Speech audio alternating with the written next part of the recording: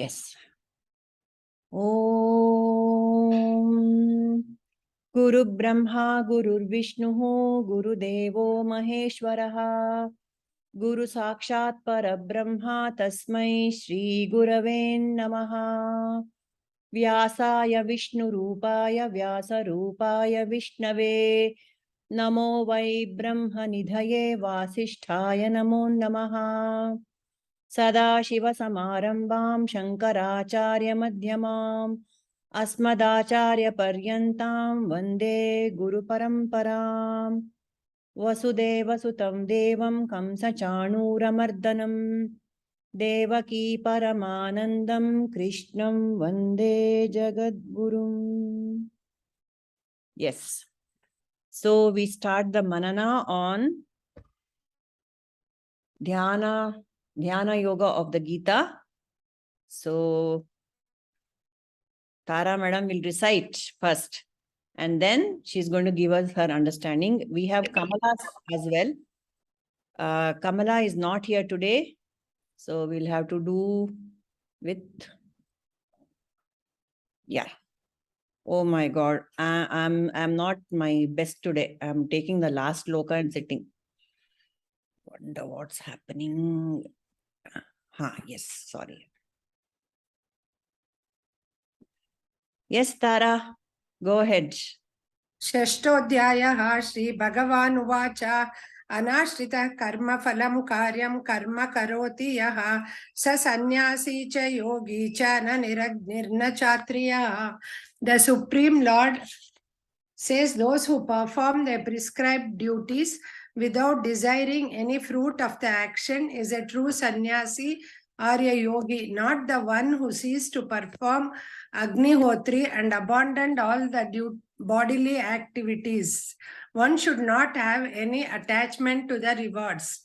The persons who perform karma yoga do all the activities with a sense of humble service to the God. Humble service to God without any desire whatsoever for rewards. Even though they are... Yes, Tara. They are two sannyasis and yogis. As Krishna has said in chapter 2, Karmanye vadikaraste ma paleshu kadachana. To reach such a state of mind, one has to do lot of service, lot of sadhana. That's all. Yes, fine. So, any little thing else from your perspective, nim experience in the enadru idr ಬಗ್ಗೆ ಏನಾದರೂ ಹೇಳಕ್ಕಾಗತ್ತಾ? Experience in the I live in a joint family and I always have a feeling, oh, I do so many things to all, nobody reciprocates and all. But I don't know, it's a coincidence. This para has come to me. ಮತ್ತೆ this is very important for us Gruhasthas, no? It is a mere coincidence anta. Mere coincidence alla, it's a fantastic it's a destiny, nothing is it says no, God does not play dice anta ಹೇಳ್ತಾರೆ. I don't know. Jayashree said I joined this group and I don't know. From morning I'm feeling, why did I get this verse anta? God does not play dice ಅಂದ್ರೆ ತಮಾಷೆ ಮಾಡಲ್ಲ ದೇವ್ರು, ನಮಗೋಸ್ಕರ ಈ message ಬಂದಿದೆ ಅಂತ. ಯಾವಾಗ್ಲೂ ನನ್ನ ಮನಸ್ಸಲ್ಲಿ ಇರುತ್ತೆ, I do so much for others, they don't have a soft corner for me. I don't know. My perception. Most of us Gruhinis will have that feeling. Most of us will have that. Krishna has answered you, Tara. Yeah, Krishna has answered us. Yeah, right. So why did I get this verse anta nodidra? Illa just from this verse you will be liberated. Maybe. Yeah. Just we understand this verse and we are done. Actually it is said that Shravana Matrena Mukti anta. ಒಂದನ್ ಸರಿಯಾಗಿ ಕೇಳಿಸ್ಕೊಂಡ್ಬಿಟ್ಟು ಅರ್ಥ ಮಾಡ್ಕೊಂಡ್ಬಿಟ್ರೆ ಅಲ್ಲೇ ಮುಕ್ತಿ ಅಂತೆ. So ನಾವು 1000 ಸತಿ ಕೇಳಿಸ್ಕೊತಿದೀವಿ, ನೋಡೋಣ. Thank you Purnima ji and Jayashree. Okay. No, Tara, see, all along we do so much and nobody respects and responds. but there is somebody who is watching you, somebody who's really appreciating you, Correct. and we are not aware of it. So And- this is God's way of saying, don't worry, you do like this, don't worry. I Mm. will give you what you need, when you need, how you need. I will take care of you. That's it. You Yeah. are a taken care of child. They are not responding. It is their responsibility. They are ungrateful. They will be, given whatever they need. But you are going to be blessed. Please Yeah. understand. Krishna is watching. Bas, ho gaya. And so where Kamala has also, shared her understanding. She says, I am not completely out of result-oriented actions. Very honestly, she is saying. However, I am not bothered about the result, even if it fails. Also, performing with a sense that this is an opportunity given by God for some greater purpose, and I am not the real doer. That understanding has come to her after the Bhagavad Gita. I tell Krishnarpanamastu every time. Still, I have the Dvaita concept, Purnimaji, she's saying. It's fine. It's good that we are in the Dvaita concept we have, because we have something to look up to and someone to surrender to and someone to say Krishnarpanamastu. If we didn't have Dvaita Bhava, we'd be lost. What do you say? Isn't it? Beautiful. All right. Then who is the next person, please? Okay, let me only see. Yaru next to. Okay, Sumati and Deepa, both are not there. Now, Sumati has sent me her, this thing. I will play Sumati's. Sumati has not come. Oh, she has sent one big document. Oh, no, it's an audio recording. Okay, let us chant the shloka. Is this the right shloka, please? Yes, 6.3. Okay, somebody please chant it, no? Yeah, I can chant. Yes, Suma, carry on. Yeah. Arurukshor munir yogam karma karanamujyate yoga rudasya tasyaiva shamak karanamujyate Yoga rudhastas. yoga rudasya tasyaiva shamak karanamujyate. Very good. And what does Sumati has to say about it? I'm playing it for us. Verse 6.3. For a Muni or sage who wishes to attain to yoga, action is said to be the means. For the same sage who has attained to yoga, inaction or quiescence is said to be the means. What this verse means to me is that for me, who is in Grahastha who is trying to understand my true self, I'm in that process. And I do have attachments to my body, my relations with people, and also I have the minus and I-ness thoughts. For me, the path prescribed by Bhagavan is doing action as a yoga, that is karma yoga. So Swamiji Nikhilanandaji says the karma yoga has 5 aspects to it. One is samatva buddhi. Then second is swadharma buddhi. Third is samarpana buddhi. Fourth is asanga buddhi. And fifth is prasada buddhi. So in samatva buddhi, I have to perform my actions with equanimity. So for example, I'm taking care of my child and the child is throwing a tantrum. I have seen myself in these different states. When I'm very angry that the child is throwing a tantrum, it's me and mine is what is predominant. So that's an egocentric. I want my child to behave because I want to do it my way. Behave, in general, I want my child to listen to me because I want it my way. But when it is, when I'm doing it in samatva, that is equanimity, I will see it from a higher perspective. So that time my responses is very different to the tantrum. I'm at a more vantage point, and I am able to handle the situation better. Then in the case of Swadharma, I think this is very apt because in day-to-day life we see other people all the time, and the mind automatically goes to compare. But when I'm doing my action as my ordained duty, not to please someone or not to be compared to someone, but because it has to be done and I'm giving it my best, that is Karma Yoga. Finally, the aspect of prasada buddhi. What comes, accept it and move on. Do not complain that why am I getting this. So all this to me is a practice that I have to do. Whereas for a person who has already passed all these attachments, he does not, one who does not attach to his own body or mind or the intellect as this is mine, but more attaches to that sakshi.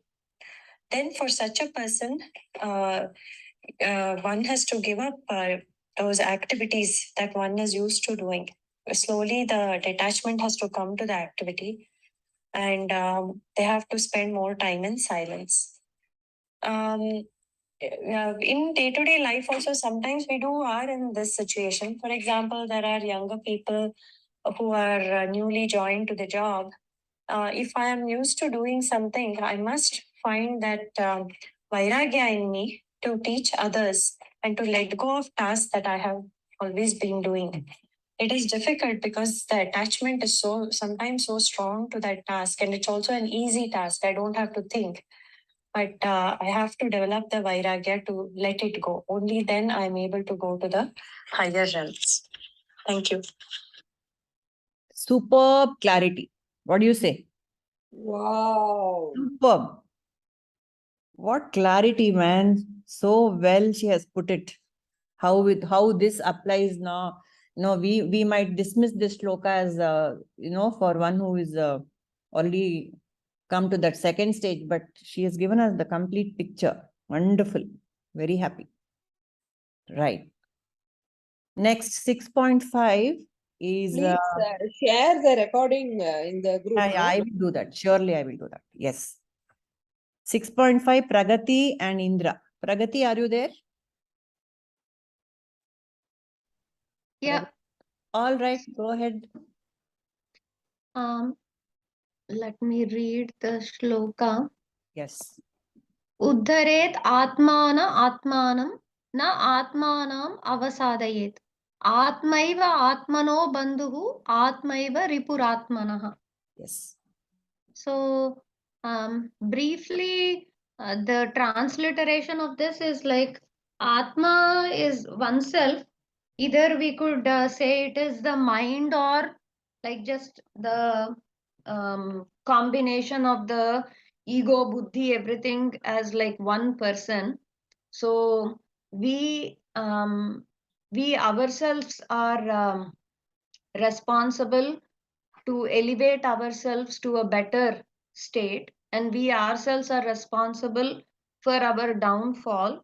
And in the same way, we are our own friends and we are our own enemy. Right. So it all depends on how we think and react to our situation and circumstances, and what we do with our the knowledge we have acquired. Are we using it, transforming it into wisdom to elevate ourselves, or are we not able to use it appropriately, causing our own downfall? So thereby, if we use our knowledge and become wise to elevate ourselves, we are our own friends. Yeah. And if we are unable to do that and we are responsible for our own downfall, then we are our own enemies. So I think, one small story from Bhagavatam, Ajamilya story. Ajamila. So, Yeah. Ajamila. So he is born a Brahmin to a very great Brahmin parents, learned Vedic scholars.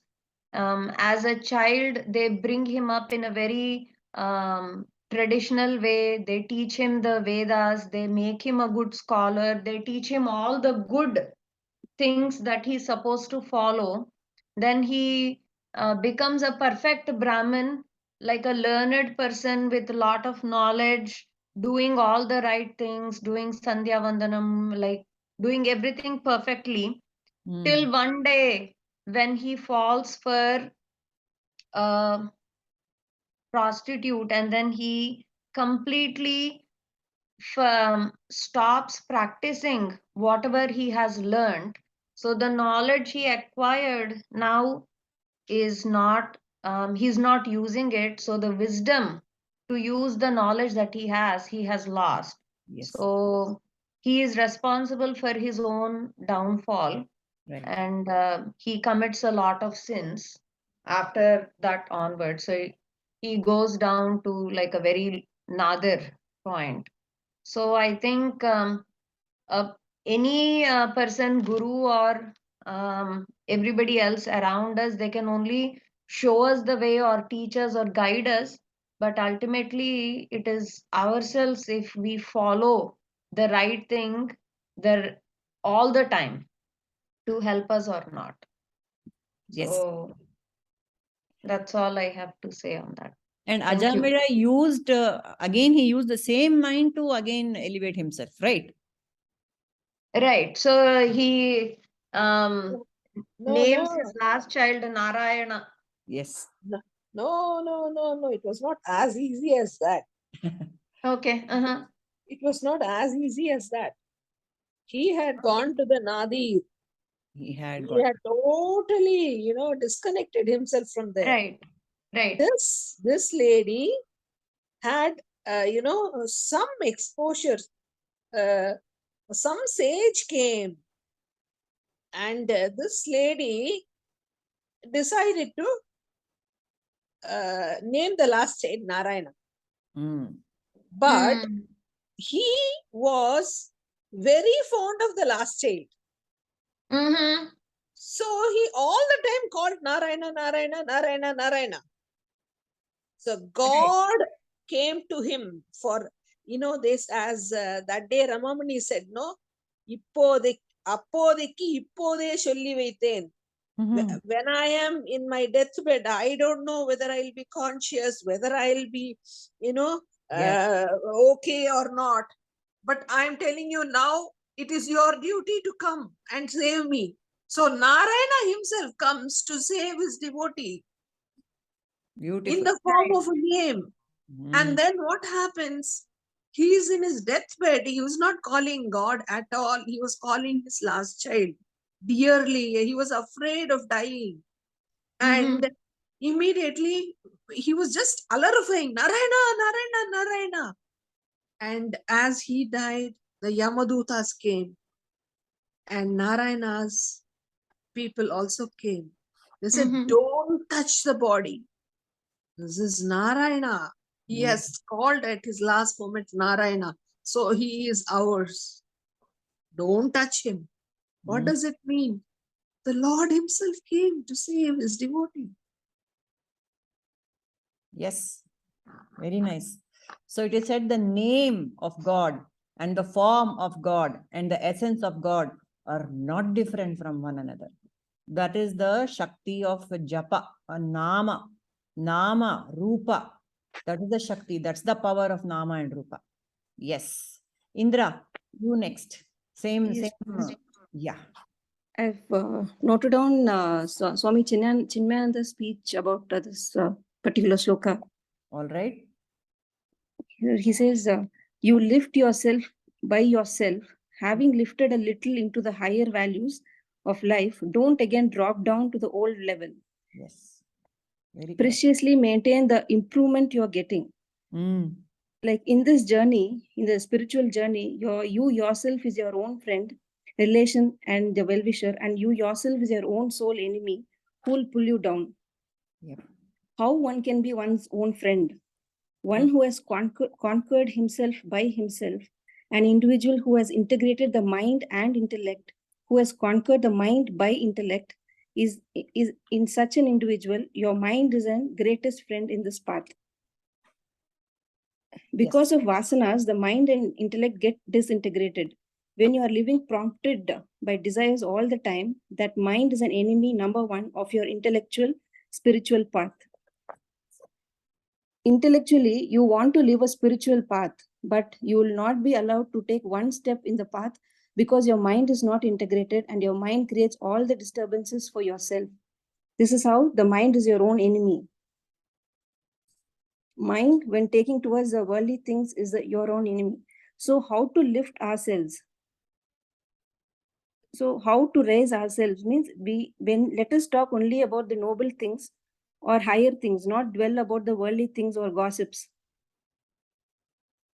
And this is lifting ourselves from the realm of senses to the realm of heart, mind, or intellectual, and finally to the self.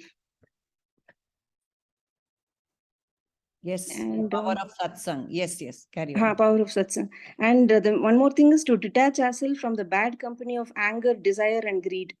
Mhm. So we'll have to use our body, mind, intellect to lift ourselves, like by saying japa and satsang, shravana, manana, nididhyasa, and the meditation. The meditation mainly helps to bring us the vasanas which has been accumulated over many lifetimes.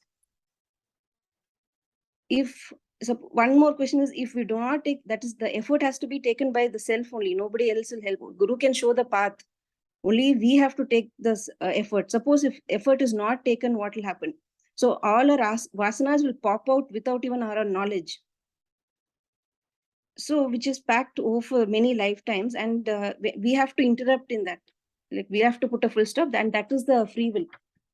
Right. We'll have to put a full stop, saying when a desire pops up, it is not suddenly popping up. It is like it is bubbled from the subconscious thing. And when it pops up, we have to know the thing, and we have to replace it saying, I'll not do this, I'll do this. Yes. Rewrite the old vasanas with the new ones, Vedanta vasana. And Atma vichara vasana. Yes. Yeah, one more story from Mahabharata is that Arjuna and Duryodhana. Krishna could have told all this Gita teachings to Duryodhana also. But why to Arjuna? Because Arjuna wanted to know. Yes. And he told Duryodhana also, this is a wrong way. You give your little kingdom to those your brothers also. Stop all this. But Duryodhana knows what is wrong and right. And he did not want to listen. He says, I know this is wrong. Yes. But I don't want to do. There is something stopping me from inside. He didn't want to know anything. So he wants to do according to his vasanas. But Arjuna wanted to know everything. So that is what the teaching has been given to Arjuna. Right. So you have to seek the knowledge and knock and you shall receive. Ask and you shall receive. Right. So Yeah. again, Rahul has quoted a beautiful this thing from the Bible or whatever. To every man is given the key to the gates of heaven. The same key opens the gates of hell. So apt, so perfect. Uddharet atmanam atmanam na atmanam avasadhayet. Very beautifully explained in detail by both Pragati and Indra and Rahul. Thank you so much. Thank you, Purnima. Very nice. Okay. Thank you. So if we understand this, see everywhere, each and every shloka, one understanding and we are done. Yes, Nirmala, quickly you want to say something? Wonderful. Wonderful. What else can you say? Right? Okay. And all these slokas are allotted to, somehow, as the first person said, to our circumstances that has been allotted. Yes. Because about the desires, one desire comes and when it is fulfilled, we'll think about the next one. This is done, I'll buy the other one. So 1 week that has been going on, and correctly I got the particular sloka. Superb. God works in wonderful and miraculous ways. Janma karma cha me divyam, he says. My janma is divya and my karma, my actions are also divya. You will not understand. All right. So Rahul, yours. All yours. Yes, sir.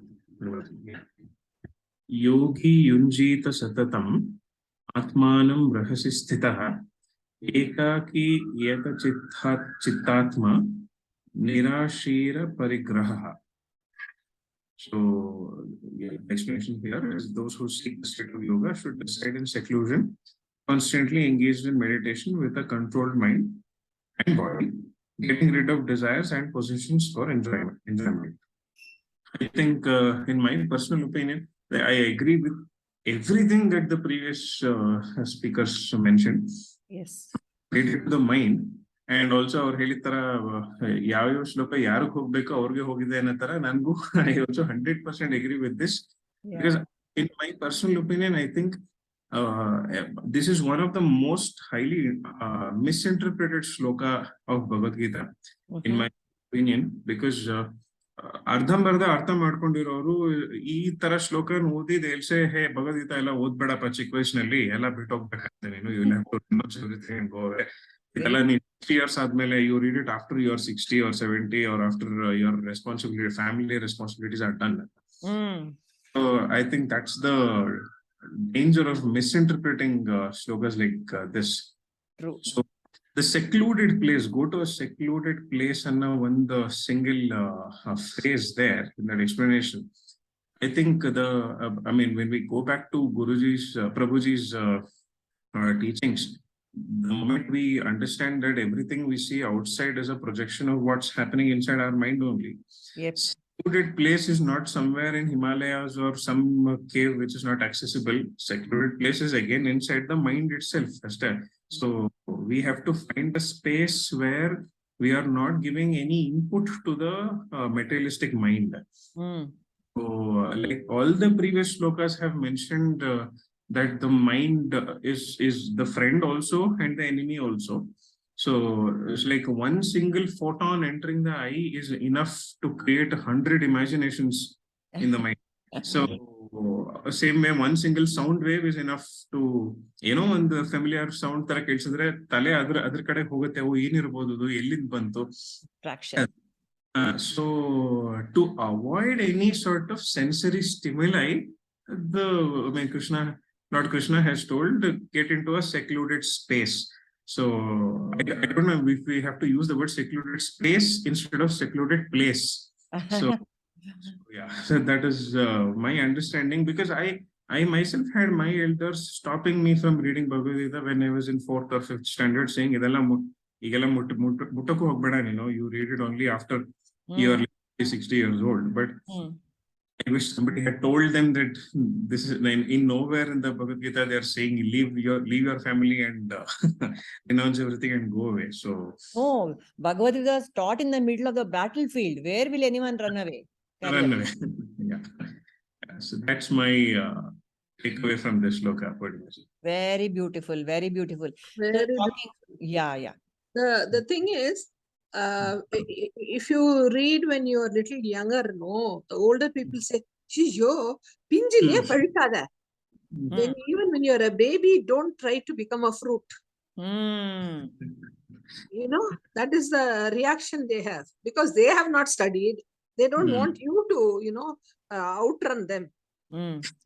So they say don't read. Absolutely. But it's a double-edged sword also. I mean, straight away you can't give this, you know, to children when you are going to teach the Bhagavad Gita. Thoda sugar-coated, you have to do it. Otherwise, it's too much. You know, how will you explain such concepts to kids? So, you know, palatable little bites you give to them. When a child, you learn to chant, you learn to read and all. And in time, by 30, you will be in a position to acquire the meaning of it. Yes. It will come. We are on a well-chartered flight. Yep, absolutely. You are sitting in a business class. We have bought the ticket. And we have boarded the train. Yeah, when you are thirsty, you will get your juice. When you are hungry, you will get your lunch. When you want a snack, you will get it. So don't worry. You have to just enter it. The rest you will take care. Yes, correct. Absolutely. Understood and agreed. So, because why I'm telling this about, you know, teaching the highest truth to kids is, it is very easily misunderstood, like Rahul just said.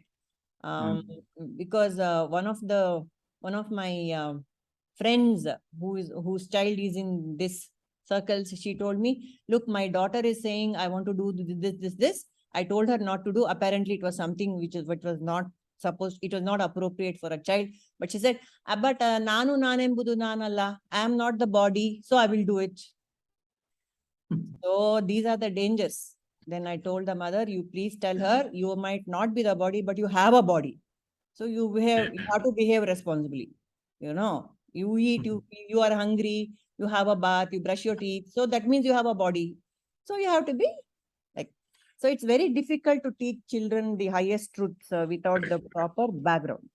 And one more, when you said about the space, the Rahasi Sthitaha, in the space. So Ramakrishna has said very appropriately, Paramahamsa, he said, there are three places, generally speaking, where you can sit and meditate.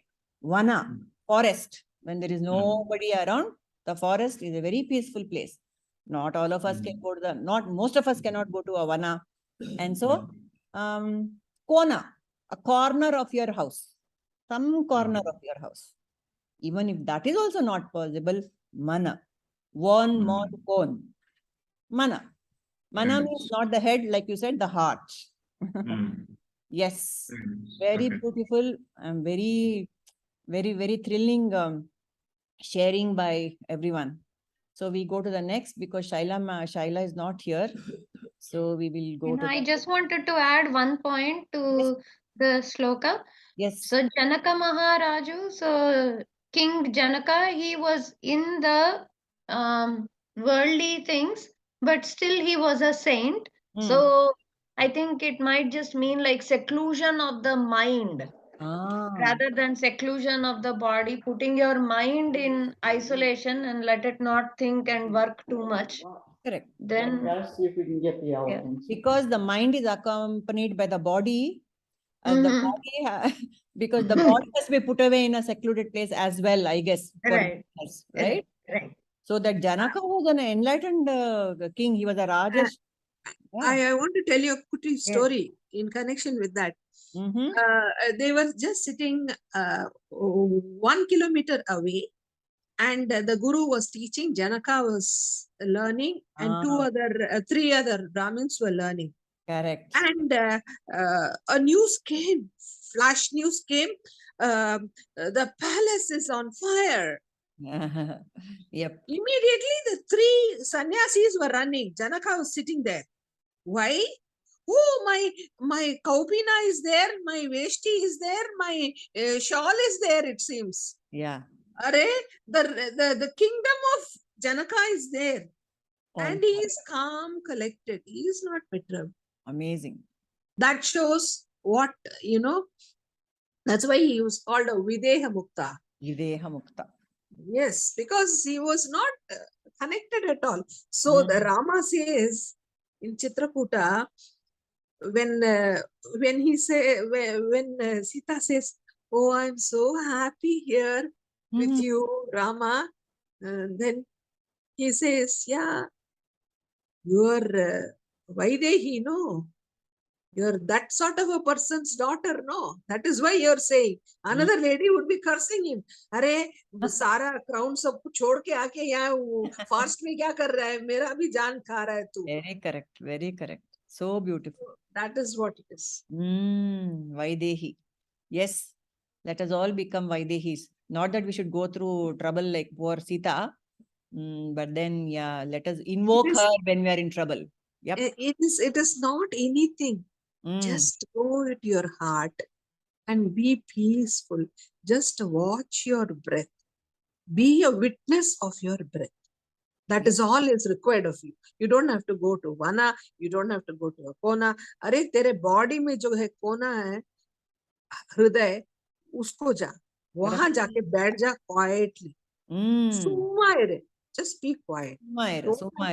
And don't have to chant even. Just be. Just watch your breath. Finished. Game over. Let us all remember that when it's required, and not like Karna, poor Karna, who forgot the Maha Mantras, when it was required. We are not Karnas. We are Arjunas, and we have Bhagwan himself giving us all. Oh, that is not because of that.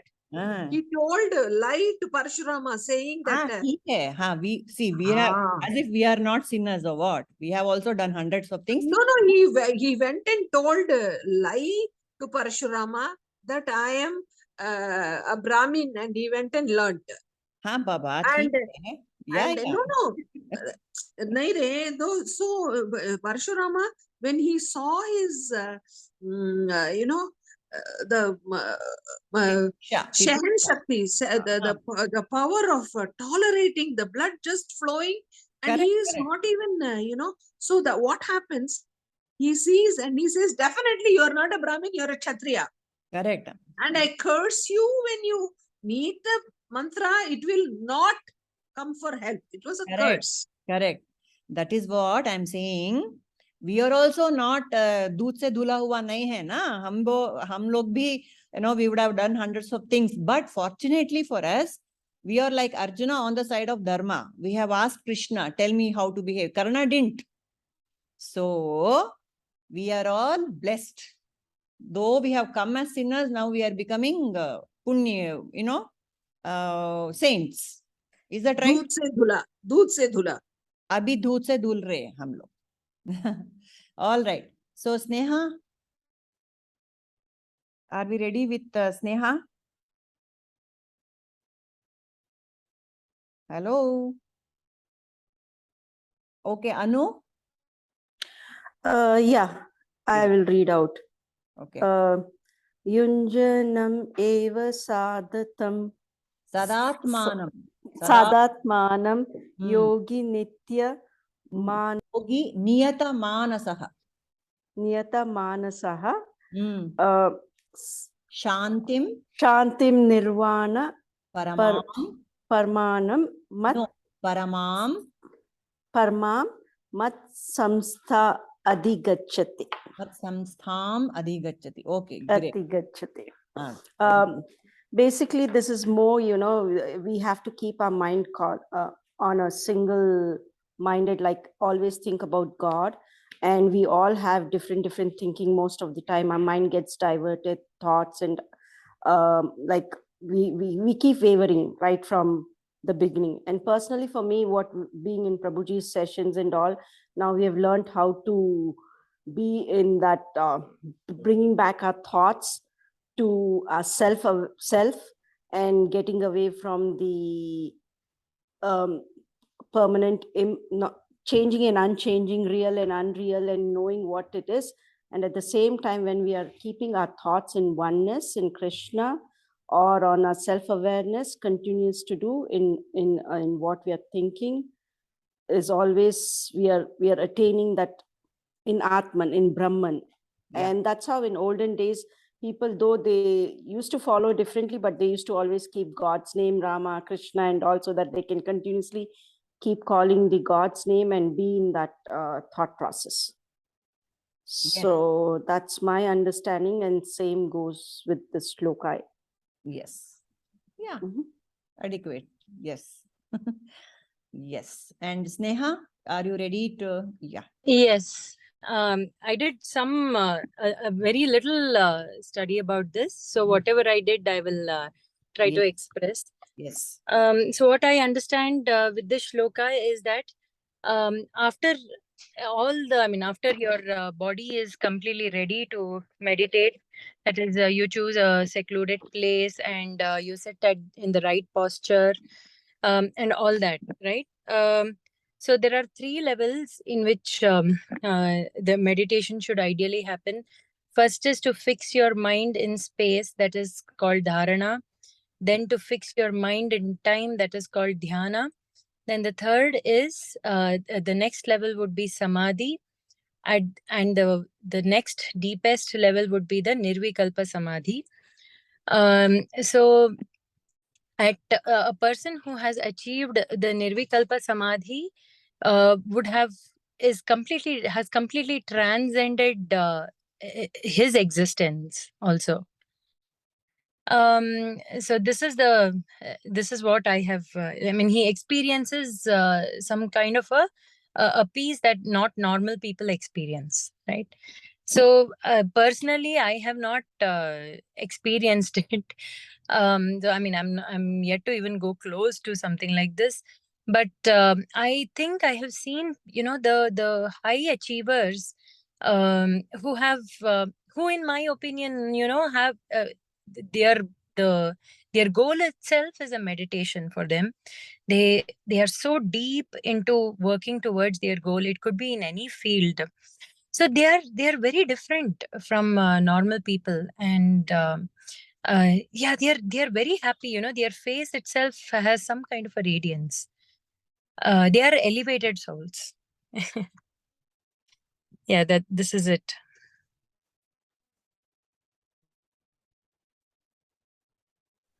They have the glow of God on their faces, I guess. Huh? Yeah. No, Yes, they have this is experienced God.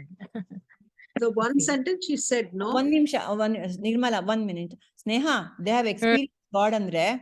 How is it possible not to experience God? Whatever I'm seeing, touching, feeling, everything is God. It's impossible to miss him. Okay, go Yeah, ahead. but Yeah. I mean, normal people, that is not. It's not easy, no, to see everything as God. No, no, no. That We are not normal now. We are all abnormal. for Yeah. this 1 hour is on Saturdays, 7 to 8 is when I, that's when it, at least, yeah, that's the way it should be. That You 1 hour, that's what will I come feel. to chapter 10, Vibhuti Yoga, and that is mind blowing. Then you Mm. think, oh my God, how did I miss him? He's everywhere. Mm. Yeah, yeah. We will come there. Okay, Nirmala, go ahead. One thing she said, when you are passionately doing something, Mm. you notice your involvement is so much more than the person who does something uninterestingly and distract does like that. For example, music. You might be say, for example, I'm very interested in music, but I'm not a good singer. So somebody is a good singer but not interested. But suppose a person is interested and is in a good singer, just see how involved they will be. You have to watch them. There is a glow in their face. Because a This yoga, is the it's a union. The two things have come together. Mm. it is the lowest level of God we are seeing. That is the lowest level. So once that person more and more elevates, just imagine how we'll be glowing like sun. Yes. So that is what it is. The say it is not necessary. It has to be music. It can be anything. It can be painting. It can be cooking. It can be gardening. It can be whatever you do, but you do it with so much interest. For example, a mother of 5. If I am a person who doesn't have a child, when I look at the mother of 5, my head reels. How is she going to tackle these 5 children?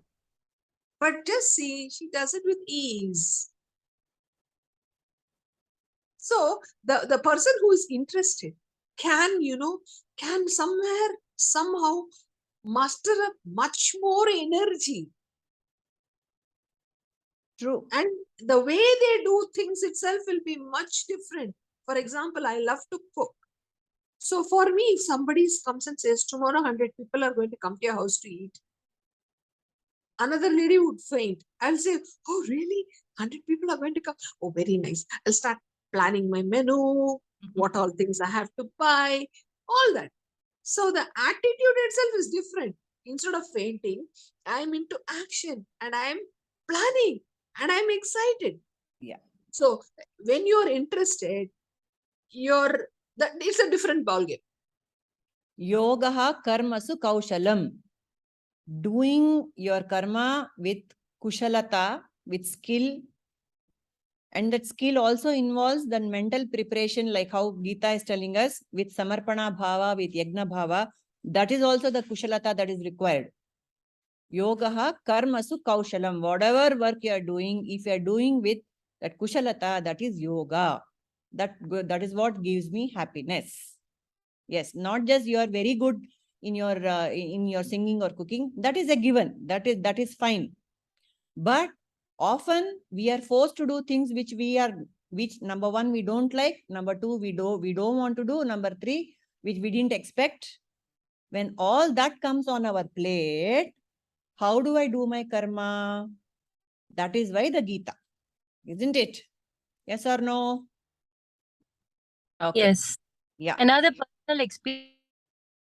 Yes, Neha. Okay, you have gone MIA. Can't hear you.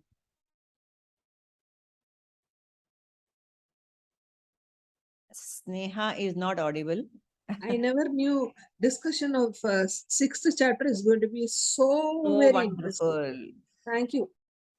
Thank you, Ji. Sneha, can you say hi? Because we can't hear you.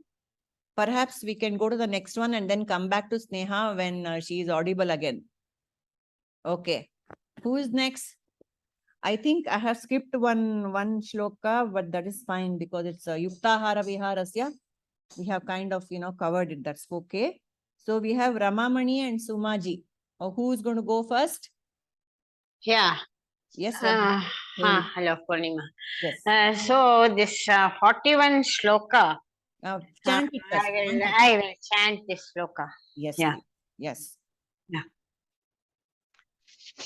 Tapya punyakritam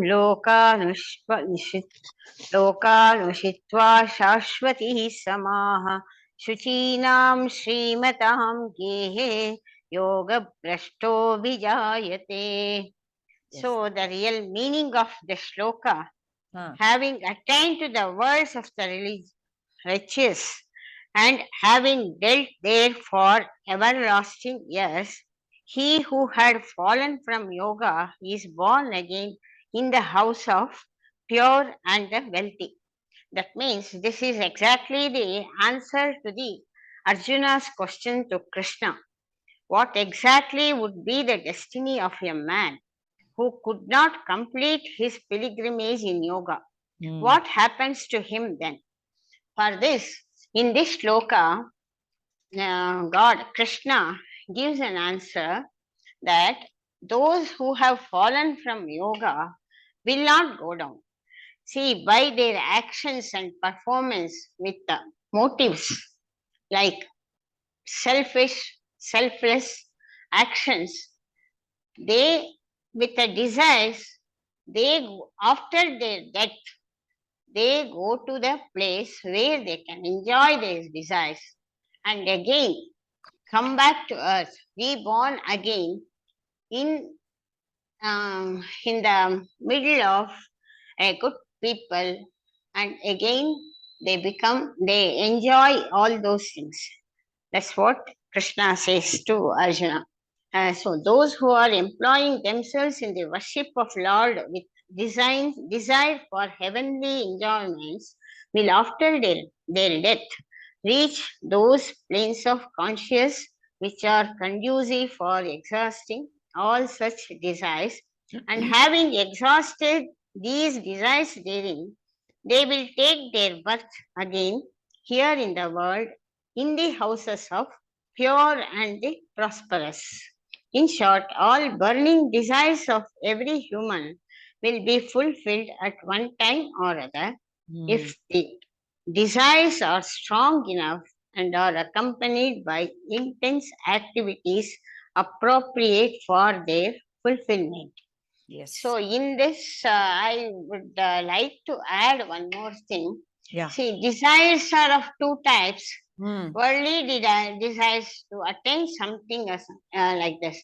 So those who do a good performance with good intentions and all, they really reach their height, cultural height, and after their death, because of their punya done, they will born again in a very good company, and they enjoy the things like satsanga and all. Correct. And another thing is, there are people who really pray God with some divinity to attain prapatti. That means moksha. They don't want to take birth again in this world. Correct. They want to go to the lotus feet of the God. Those people who really pray for their moksha, they don't want any worldly desires like thing. Correct. But it is really not practicable, because a human being, he has a lot of desires. At the same time, he is very devoted to God and all. Hmm. So he likes this way also and God's path also. For those people born again for some good deeds, like example Sudhamurti and all, they might have made a lot of good deeds in their previous birth. Right. So they are born for a Loka Kalyana. Loka Kalyan. Correct. Yeah. So that's what I understood by this Very shloka. correct. Very correct. So that is why, because we have desires, because we are humans and we have desires, Bhagavan has given us. You do the Pancha Yagnas, Dharma, Artha, Yeah. Kama, Moksha. The Kama also has to be fulfilled with the basis of Dharma, with Dharma as the foundation. Ethical and moral desires are good, blessed by the Lord. Not a problem. Yeah, we should do the Pancha Yagnas. We can take that up later. It's a huge, lot of yagnas are. Suma, you want to share? Yeah. So from my side, like what I understood from this shloka is basically like when you're on this the spiritual journey, it's not like a one-day task. And when you're on this path, like for some reason, like in this birth, you're not able to, fulfill like all your spiritual journey. And when you pass away, then like you go to the Krishna has the answer, like all of us, right? So we'll have this one question: what happens like if we are in the middle, and then like do we have to start over again in the next birth? Like Krishna is like, oh no, like you will start like where you left off. So you will be placed in a very good family, or you will have all the like needed necessities, like survival won't be a struggle. So you can focus on your spiritual journey, kind of. So I just, I would like to give this one example of myself, like basically, like I started this Bhagavad Gita thing during COVID time. I didn't know anything. I didn't understand the meaning, nothing basically. So one of my friends, she's like, hey, are you interested in learning the chanting of Bhagavad Gita? I told, sure, why not? So 1 year, like I was in that Bhagavad Gita class, just like, I just like to hear the shlokas and then just listening, and without understanding, I was just practicing. So I could chant it better. Like, so I went all the way till the 18th chapter trying to learn. Then that 1 year got over, and after that, there was no class, nothing. And it was just going on like every day, like I would just try to like recite one or the other shlokas. And then one day, Shweta, like who is in this class, very good friend of mine, she's like, oh, I'm attending this Bhagavad Gita class, and it's all about explanation, and everyone, provides their opinion and everything. And I'm like, hey, even I'm interested. Can you ask the teacher if I can join? And then she came back, oh yeah, sure. Like, she will add you and you can join. So my journey again, like started like now, like understanding the meanings of the shlokas and everything, like as Rahul was telling, and even the first person who told, like, you have assigned the shlokas. This shloka came to me somehow, like, and it made me like my own example of this. Like, it was really like felt blessed, like to be part of this class and then trying to understand.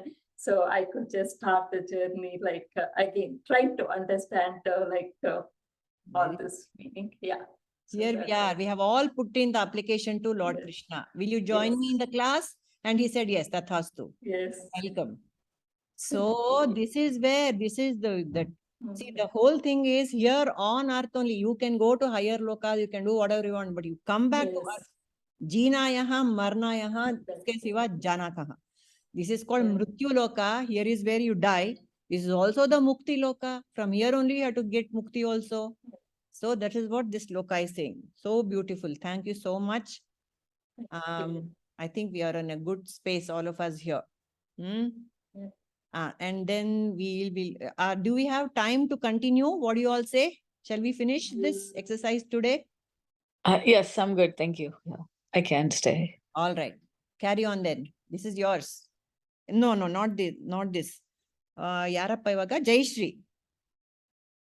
Are you here, Jayashree and Padmaja? Yes. Can I chant? Yes, please. Go ahead. Yogyamapi sarvesham madgatenantaratmana shraddhavan bhajate yomam sameyuktatamo mataha. Good. Yes. The meaning is, of all yogis, those whose minds are always absorbed in me and who engage in devotion to me with great faith, I consider them to be the highest of all. There are many kinds of yogas like Karma Yoga, Bhakti Yoga, Gnana Yoga, Ashtanga Yoga, and others. But Sri Krishna declares that Bhakti Yoga is the highest superior of other yogas. Devotion is the highest power where you can reach God and make him a slave. We can make him a slave of devotees. He says, I am devotees of devotees also I bless. So they conquer his heart. Bhakti Yoga possesses the power of divine love and it's most dear to God. So they take Bhakta Kumara for that matter. So he was such a big devotee of Vittala. As he's chanting Vittala Vittala Panduranga, he smashes on his own child, and when he doesn't, in that bhakti, he doesn't even realize he is killing his own baby, but he prays to the God and the God gets him back. And Sati Savitri, who prays to God with lot of bhakti and gets Satyavan back. Draupadi with bhakti or Arthanada calls out to Krishna, come and save me. So with bhakti, you call out to him, he comes and fulfills all your wishes. So that is my take on this. Very beautifully said. Very beautifully. Thank you. Thank you. Yes. Let Padmaja also say, and then we can add. Beautiful. Very appropriate example. Yes, Padmaja. Jayashree has taken up the, has explained it beautifully. Yes. Before I start on this, I actually wanted to thank Rahul, Purnima and Nirmala for giving that 6.10 ka seclusion explanation. Actually, me finding space in oneself. Actually, for me, whenever I keep traveling, I travel a lot, with my son for his tournaments and for his other things. So I always find I need a place to sit somewhere away from the crowd and all that. So now where should I sit? Where should I sit? Everywhere I see people are there. You have your terrace. You have your terrace always. No, I'm saying when I go out stations and I have to sit in the stadium and all that kind of thing. So, got it. Yeah. All right. So I'll just explain 6.47. So in this, Sri Krishna declares the Bhakti Yoga to be the highest as he is bound to his devotee who has immense devotion towards him. So for Lord Sri Krishna, Bhakti is not something that needs to be displayed or showed. It is something that the devotee would always have in his heart and mind. He would walk the path suggested by the Lord. So that devotee should take yoga as sadhana. And that is why Sri Krishna would love such devotees. So how do we engage our minds in God, and how do we do it? So it says that can be done in different ways. So as Purnima has also said that, whatever you do, you've taken the example of singing. Someone is good at singing but is not involved. And the one who is singing but is involved in it, has a passion for it. Entirely two different qualities we see. So that is what it says, singing the Lord's name, or when you are making a prasada with devotion for, for Lord. For me, even attending this class, listening to this class, Purnima talking, all these are different ways that we engage our minds in God. So the bottom line is that one should do his duties without any attachment and expectation, and we should follow this Shravana, Manana, Nidhi, Dhyasa. So God is very kind. then bhakti is the easiest way to reach him. So one small example I'll give. How do we engage?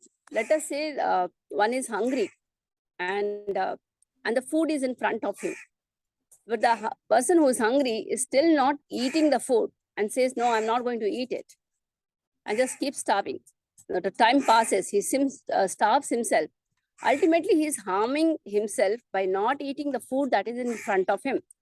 In the same way, if we are not involved in bhakti, it is like for the person who is hungry, the food is in front. God is always with us, in us. And we are not, absorbing or involved in devotion. It is like that, the state of that kind of thing. So that's what I want to say. So we have to, always do Shravana, Manana, Nididhyasa and get absorbed in it. Beautiful. Lovely. Correct. For the hungry fellow, it's offered and he doesn't take. What to do? Very true. Like I'm having my tea. It's been handed to me. I have to have it. No. Yes or no? Okay. Yes. All right. Then we have Enjoy. enjoy. Yes. Shweta or Nirmala? Shweta, go at it. Let us stab at it. All right, sounds good. I think we got 632, right? Yeah, I have sharing it. Yeah. Oh, thank you. Atma upameyena sarvatra samam pashyati yo Arjuna sukham ya yadi sukham va yadi va dukham sa yogi paramam mataha. Dukham va yadva dukham sa yogi paramo mataha. This is not in the selected. We haven't done it. So it's very beautiful. So I said, let's do it. Yeah. Actually, what Rahul was saying earlier, how he said everybody, not Rahul, I'm not sure who said that earlier. I have just joined. Everybody got a chapter based on what they're contemplating. So thank you for assigning this. The very first person, Tara, she said that. Tara. Yes. Okay. I joined late. So, so that's why I said, I remember Rahul was mentioning about someone. Yeah. So, Right. So anyways, the gist here is of the shloka, the literal meaning says, I regard them to be perfect yogis who see the true equality at all living beings and respond to the joys and sorrows of others as if they were their own. Yes. Like it seems like a pretty straight up explanation based on the translation what I read in some of the books and what is right here in front of us, right? But I started to think about it, and you said give like a classic example, right? I always considered myself to be pretty selfless kind of a person, but I didn't know how selfish I could be. If True. Agreed. I mean, it's all about perception and your growth and how big your mind is, how slowly your mind is growing or how small my mind used to be.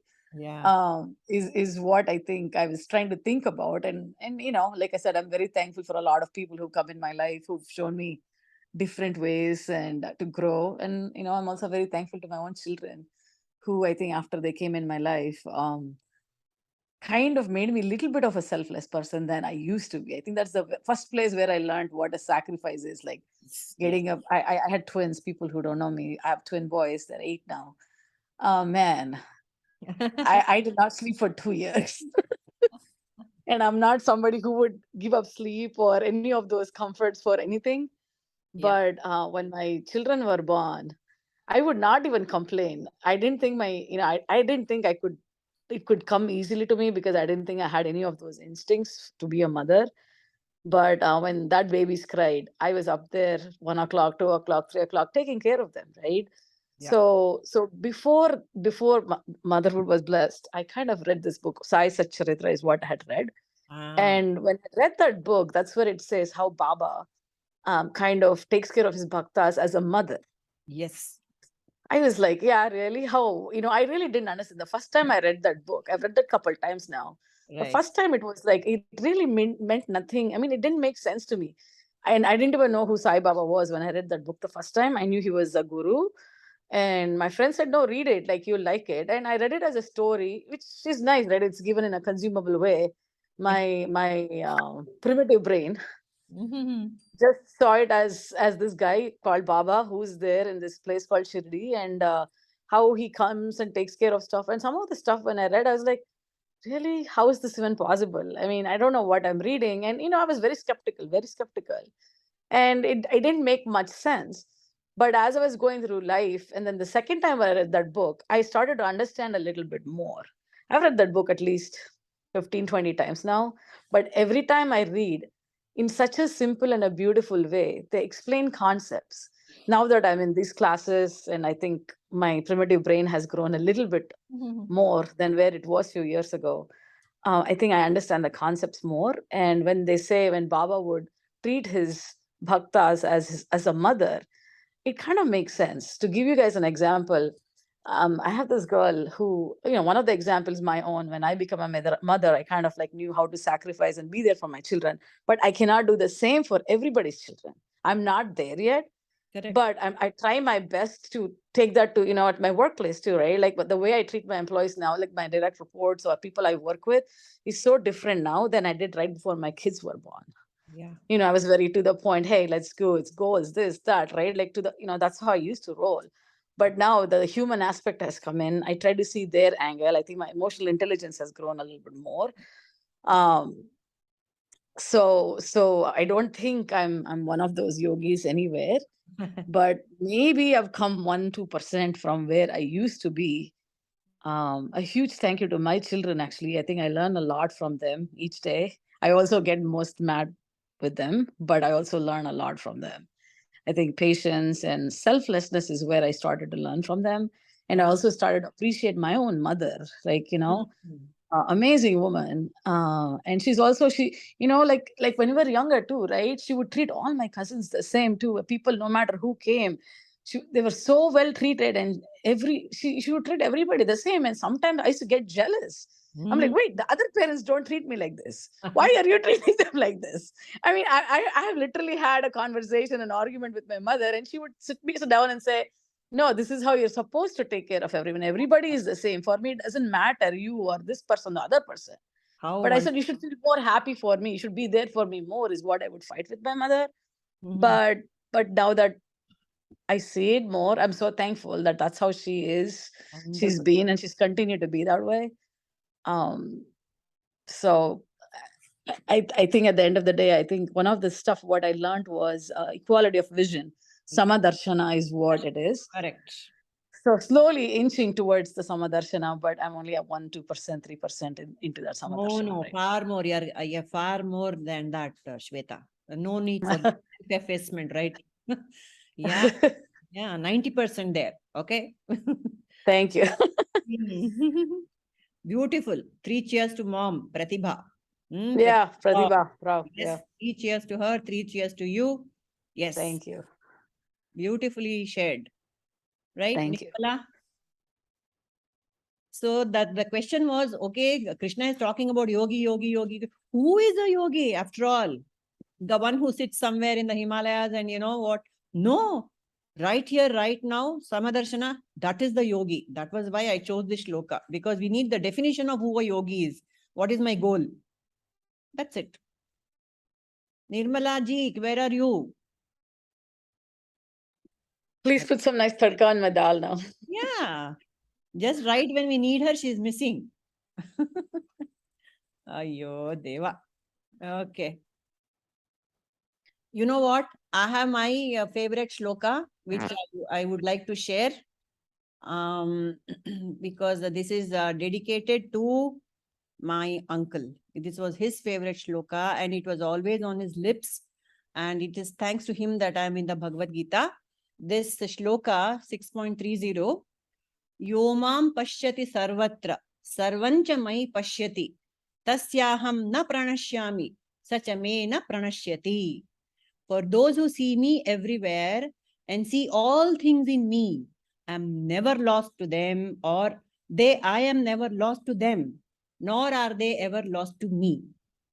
Yomam pashyati sarvatra, the one who sees me everywhere and sees all things in me. How beautiful is that? You know, this is the essence of the Bhagavad Gita, right? See God everywhere, see the divinity in each and everything, in a rock, in a plant, in an animal, in humans, even in Hitler, even in Mother Teresa. See the divinity. How can I do that? How do I see the divinity in even in the worst criminal on earth? That is what I need to learn from Bhagavad Gita. That's what Krishna is trying to teach us. That is the essence of everyone is the same. I am the essence, I am the base material from which everything has sprung. In a Hitler, I might manifest myself as tamasic, right? And in Mother Teresa or whoever, I might manifest as a sattvic. But it's me all through and through, it's me only. There's nobody else. Right? And see everyone in me. They're all coming from me and they're all in me. Who is this me? It's not Krishna, standing there, blue color fellow with a crown and the peacock feather and a flute. No. Krishna means the consciousness, the awareness. Everything is in awareness, isn't it? Everything is in my awareness. It's not Krishna's awareness. It's in my awareness. It's in my consciousness. Each and every being on earth who is a sentient being, everything is appearing to me. It's all presented to my awareness, isn't it? That is the essence of the whole of the Gita. Seeing divinity everywhere and knowing that all this is in me, my consciousness, my awareness. That is what is the favorite shloka. And if this is my uncle, as I said, used to, whenever he used to see me, he would chant this shloka and say, do you understand, Putta? Do you understand? So, I mean, it stuck in my head, and thanks to him, this whole journey has begun with him. Really, this shloka and the Gita is dedicated to him. Yes. Nirmala, are you back? Kidhar gaya? Purnima, is it Somsundar? Somsundar, your uncle? Right. Absolutely. Okay.